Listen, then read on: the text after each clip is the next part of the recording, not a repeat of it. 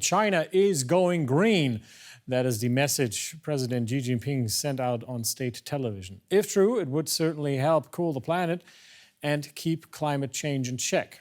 China is by far the world's biggest polluter, currently responsible for 27% of greenhouse gas emissions. To compare this, the United States emits 11%, while India and the countries of the European Union each emit just over 6% of global greenhouse gases. China is, of course, has the world's largest population, so its per capita pollution comes out lower than the United States, but those numbers have been rising as well, with devastating effects for the country. Dense smog regularly covers Shanghai and other big cities, causing tens of thousands of deaths every year.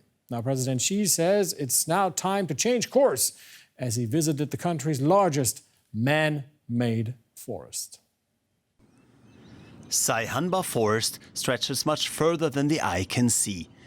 Covering 20,000 square kilometers, it is the world's largest man-made forest and home to more than 1,000 species of plants and hundreds of species of mammals, birds, fish and insects. The area used to be a barren desert known for sandstorms. Work on Saihanba started in 1962 when tree planters first moved in to cultivate the grounds.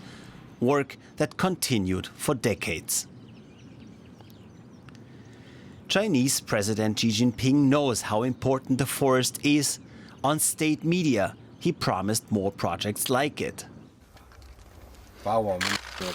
China needs to promote the Saihanba spirit to better develop the country and the green economy as well as ecological civilization. Improving the environment and protecting it. State television also showed Xi visiting a fire prevention tower inside Saihanba and learning about the monitoring systems installed there.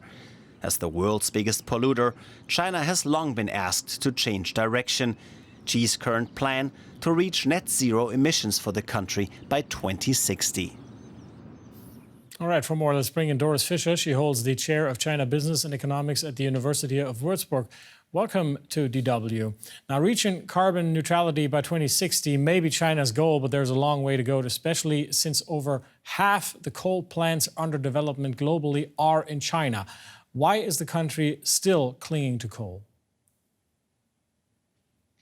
Well, the energy policy of China pursues two goals. One is getting green. The other is to secure energy, make energy secure and have secure energy supply. And for that, the coal is still important, both because China doesn't want to be too dependent on energy imports, and second because there is so much abundance of coal available that the coal is just the cheap energy source, and so a good provider of energy.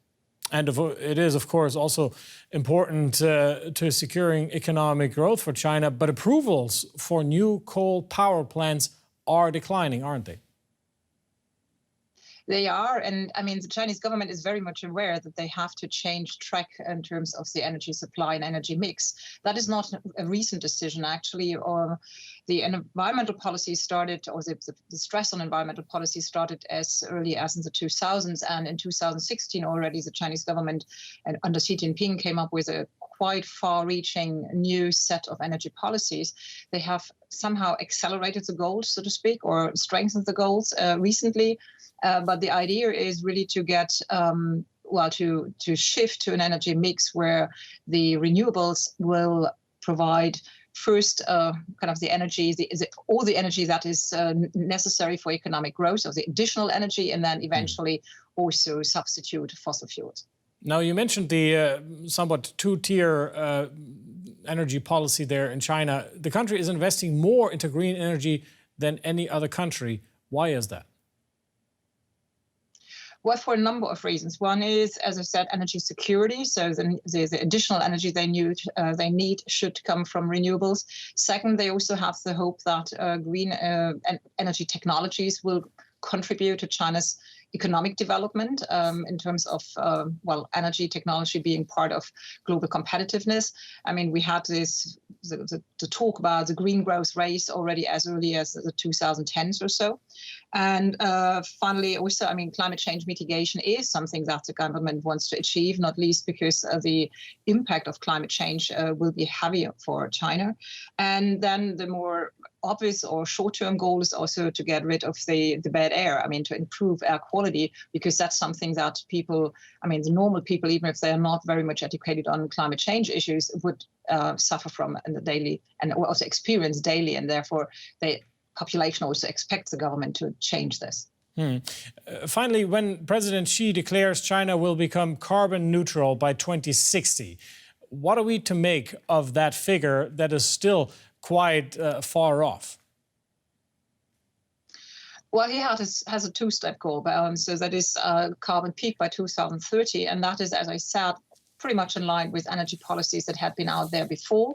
It is a bit more ambitious than this energy package, so to speak, or policy package of 2016. The path from the carbon peak to carbon neutrality is very demanding. But in general, what we have seen in the past is that China is rather actually stating unambitious goals, so to speak, so that it is clear that they can outperform the self-defined goals.